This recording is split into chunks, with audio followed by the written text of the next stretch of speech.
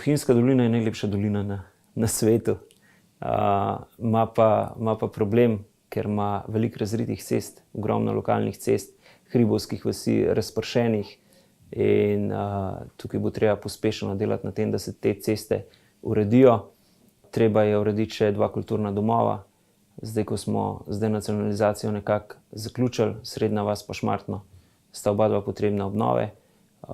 Treba bo razmišljati o povečanju kuhinje in pa telovadnice na osnovni šoli Šmartno.